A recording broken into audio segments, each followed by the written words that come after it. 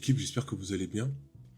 Alors, comme convenu, comme je l'ai dit en story sur Instagram, euh, vous êtes pas mal à avoir. J'ai pas mal de retours par rapport à mon format introspection, etc. que j'ai commencé à faire sur les réseaux. Et, euh, et j'ai même récemment commencé Behind the Shape, où en gros je parle de la santé mentale avec des invités, etc. etc. Et cetera. Et j'ai souvent eu des retours qui me disaient qu'en gros les formats étaient beaucoup trop courts et que potentiellement ce serait peut-être plus judicieux de penser à faire du format plus long. Et j'ai du coup pris en considération tous les retours que j'ai pu avoir. Et j'ai décidé que j'allais m'orienter vers des formats peut-être un peu plus longs. Et vous faire part du coup de mes introspections de façon transparente et directe. Parce que le truc c'est que sur Instagram je trouve il y a pas la possibilité de vraiment tout partager. Et souvent on enjolive un peu trop les choses avec le format, etc., etc. Et là, je pense qu'en fait, il y aura un petit côté où ce sera vraiment plus humain, plus authentique, plus naturel. Et je vais vraiment vous parler de vous à moi. Donc, si jamais vous avez des questions ou si jamais vous voulez me faire des retours ou autre, vous avez la rubrique commentaires. Vous pouvez m'écrire directement sur mon Instagram. Mais déjà, pour commencer, je vais me présenter pour faire simple. Du coup, je suis Wansi, ou plus communément connu sous le nom de Johan, parce que c'est mon deuxième prénom. Mais mon vrai prénom, du coup, c'est Wansi. Et je suis créateur de contenu depuis maintenant 1 an et demi, à plein temps. Et il faut savoir que avant d'être dans tout ça là, parce qu'on va vraiment englober tout le parcours, on va vraiment parler de tout le parcours et tout ce qui s'est passé émotionnellement, psychologiquement, physiquement déjà. Mais avant tout ça, il faut savoir que j'étais ancien basketteur de haut niveau. J'ai fait pas mal de centres de formation, etc., etc. Et cetera. Et après, je suis issu d'une famille africaine, du coup, je pense que ça se voit. Et les études, ça a toujours été hyper, hyper, hyper important, qu'on se le dise. Je pense qu'il y en a beaucoup qui vont s'identifier à travers ça. Et faut savoir que pour mes parents, euh, qui ont du coup immigré en France, etc., etc., le rapport à la réussite était beaucoup tourné par rapport à des filières de branches de travail, genre finance, droit, euh, médecine, etc., etc. Et cetera. Et moi, il faut savoir que j'étais un enfant hyper perturbé quand j'étais jeune. Et quand je vous dis hyper perturbé, c'est vraiment le, j'irais pas jusqu'à dire le cancre, mais je pourrais pas, en fait, j'étais grave dissipé, on va dire. J'étais grave dissipé. Depuis tout petit, je suis issu d'une fratrie de 3 frères et 3 sœurs. Je suis le dernier de ma famille. Et j'ai toujours été hyper dissipé. Et je pense que ce trait-là de ma personnalité, parce que aujourd'hui, pour celles et ceux qui me connaissent, vous allez en savoir un peu plus, du coup, par rapport à tout mon parcours, vous allez être en mode, ouais, qu'est-ce qu'il raconte, lui? Et il est vraiment pas comme ça aujourd'hui, donc vraiment.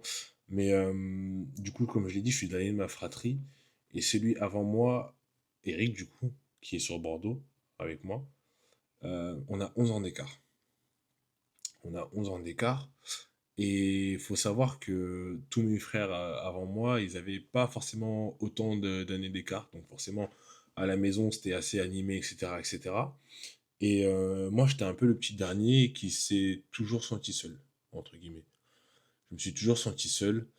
Et j'ai toujours voulu un petit frère, d'ailleurs. Je voulais toujours un petit frère ou un petit sœur parce que justement, j'avais, j'ai toujours eu ce besoin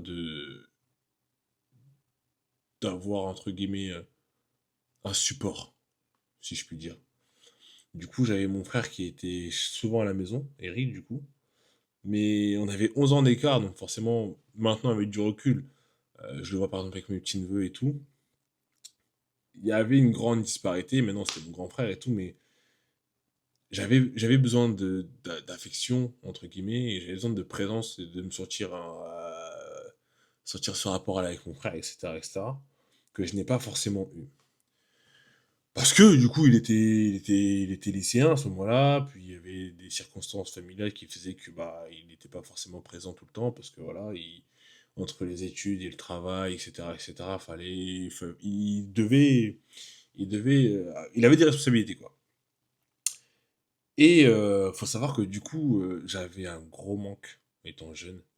J'avais un très gros manque, ce qui fait que pour combler ce manque, j'essayais de me faire remarquer un maximum auprès de ma famille. Donc du coup, malheureusement, c'était beaucoup de bêtises à l'école. Tout en sachant qu'il faut savoir que euh, on était en région parisienne. Et en région parisienne, pour celles et ceux qui viennent de Paris, ou même partout ailleurs en vrai, mais je pense qu'en région parisienne, c'est plus marquant. Euh, Banlieue parisienne dit quartier, dit rapport de force, dit plein de trucs, rivalité, montrer que, etc. etc. Et déjà très jeune, il faut savoir que moi j'ai toujours aimé la bagarre.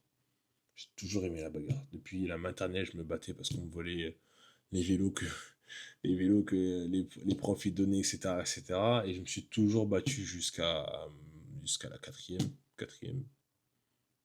ouais, jusqu'à la quatrième. Vraiment, mes parents ils étaient constamment convoqués à l'école pour ça, etc., etc. Mais en fait, la bagarre, c'était aussi un moyen pour moi de m'exprimer, exprimer un mal-être qui a toujours été là, finalement. C'était montrer que, parce que du coup, il faut savoir aussi que malheureusement, Eric en question était une tête à l'école. Donc du coup, vu que c'était une tête à l'école, on me comparait tout le temps à Eric. On me comparait tout le temps à mon frère, mais genre tout le temps, tout le temps, tout le temps, tout le temps. Et j'avais besoin aussi, très jeune, d'avoir moi-même ma propre identité, etc., etc. Et cetera. Et quand on est jeune, on n'a pas forcément conscience que bah, la bagarre en dehors du cadre fait pour ça, c'est pas forcément une bonne chose, déjà d'une part, et en second plan, c'est que malheureusement, la bagarre, c'était aussi pour montrer que je me laissais pas marcher dessus. Et ça, c'est des choses que nos parents, pas, enfin mes parents et mes frères, ils comprenaient pas, dans le sens où déjà, on n'a jamais été très expressif chez moi. C'est-à-dire que du coup, quand il y avait des problématiques, genre, moi, je le faisais pas, comme j'ai jamais vu mon frère le faire, comme j'ai jamais vu mon père le faire ou autre. Donc, du coup, ce qui fait que quand dehors, par exemple, il y en a qui insultent, bon, c'est quand on est jeune, hein, on insulte ta mère et tout, et un. Moi, la seule réponse que j'avais, c'était la bagarre. Sauf que tu réponds par la bagarre, t'es puni à l'école, tes parents sont convoqués, mais tes parents te punissent parce que finalement, tu t'es défendu, tu vois. Et du coup, il y a un peu un truc qui s'est construit autour de ça. Et malheureusement, j'ai vite vrillé à ce niveau-là. Et j'étais à la limite de sombrer vers la délinquance. Et enfin, à la limite. J'étais vraiment très proche de la délinquance. Mais quand je dis délinquance, c'est la délinquance pure et dure. Et du coup, suite à ça, mes parents ont fait en sorte qu'on déménage, etc. Et je me suis retrouvé dans une campagne où j'étais le seul noir. Et là, ça a été un gros traumatisme pour moi parce que tu passes de région parisienne à être le seul noir. Donc forcément, genre, c'était dur de s'ouvrir, etc., auprès des gens autour de moi, etc., etc. Et cetera. Et déjà dans cette période-là de ma vie, je me suis hyper enfermé déjà. Et ce qui s'est passé, c'est que après ça, du coup, je suis rentré en centre de formation. J'ai fait mes années en centre de formation et tout le tralala. Et pour revenir au sujet des études, c'est que, j'ai oublié de le préciser, mais j'ai toujours été bon à l'école, mais trop bête, trop dissipé, bavardage, etc., etc. Et j'ai grandi dans ce truc où les professeurs me faisaient comprendre que j'étais un raté, etc., etc. Donc, étant jeune, déjà, tu grandis dans ce truc où tu es formaté et tu te dis, entre guillemets, que t'es un bon à rien, tu vois. Après, le sport, ça a été une porte de sortie, parce que du coup, c'était le seul endroit où bah, je, je me retrouvais et j'avais des retours positifs sur ma personne. Donc, du coup, je me suis conforté dans l'idée que le sport, en fait, c'était ce pourquoi je t'ai fait, tu vois, en étant jeune. Mais ça n'a pas abouti, parce que, in fine, mes parents avaient favorisé le fait que je fasse mes études. Et au-delà de ça, en vrai, le basket en France, c'était pas non plus un truc de fou. 18 ans, 17-18 ans, t'es encore en France, j'estime que c'est pas forcément nécessaire de continuer, donc j'ai choisi la voie des études. Et donc du coup, je suis venu sur Bordeaux, du coup, je suis venu sur Bordeaux, parce que du coup, j'avais mon frère qui était sur Bordeaux, etc., etc. Et en arrivant sur Bordeaux, du coup, j'ai commencé les études et tout le tralala. En finance, du coup, j'ai fait la fac. Ça m'a pas forcément plu. Et après la fac, j'ai fait une école de commerce. J'étais à l'INSEC. Et l'INSEC, j'ai découvert un peu plus le monde de la finance à travers mes cours de spécialisation, tout le tralala. J'ai kiffé, j'ai découvert d'autres branches, le marketing, la communication, la négociation, tout le tralala. C'était cool. Mais durant cette période-là, en fait, il y avait déjà pas mal de pression. Parce que déjà, en école de commerce, le fonctionnement, c'est que pour valider ton année, faut que tu fasses des stages, etc. Et j'avais grave du mal à trouver des stages. Bon, la première année, j'ai trouvé mon stage pour passer l'année d'après. Et la deuxième année, pareil. Et la troisième année, en fait, je voulais la faire en alternance. Sauf que, du coup, durant la deuxième année, hyper compliqué. Parce que toutes les entreprises disaient qu'en gros, j'avais pas assez d'expérience. Mais la logique, elle était vraiment pas là. Il faut savoir que je suis un mec qui est hyper logique. Je suis un mec qui, toute ma vie, elle tourne autour de la logique. La logique, elle est pas là dans le sens où je suis étudiant. Donc forcément que j'ai pas les compétences, j'ai pas l'expérience. Je suis qu'en deuxième année, etc., etc. Mais je me suis mangé là les refus. Donc en fait, cette période-là, elle m'a un peu mis dans le down parce que du coup, j'étais en mode, bah peut-être que ce que mes profs me disaient étant plus jeune, pourtant pour entrer en école, il faut faire des concours et tout. Je suis bon à l'école en vrai. Mais tout ça, ça m'a mis dans le truc où je me suis dit peut-être qu'en vrai, les profs, en vrai, quand j'étais plus jeune, ils avaient grave raison sur ce sujet-là, tu vois. Et durant cette même période-là, ce qui s'était passé, c'est que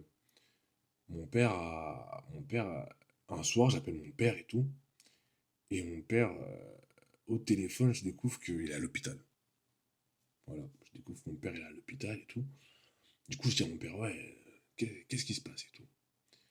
Et du coup, bah, forcé de me l'annoncer, il m'annonce qu'il a un cancer.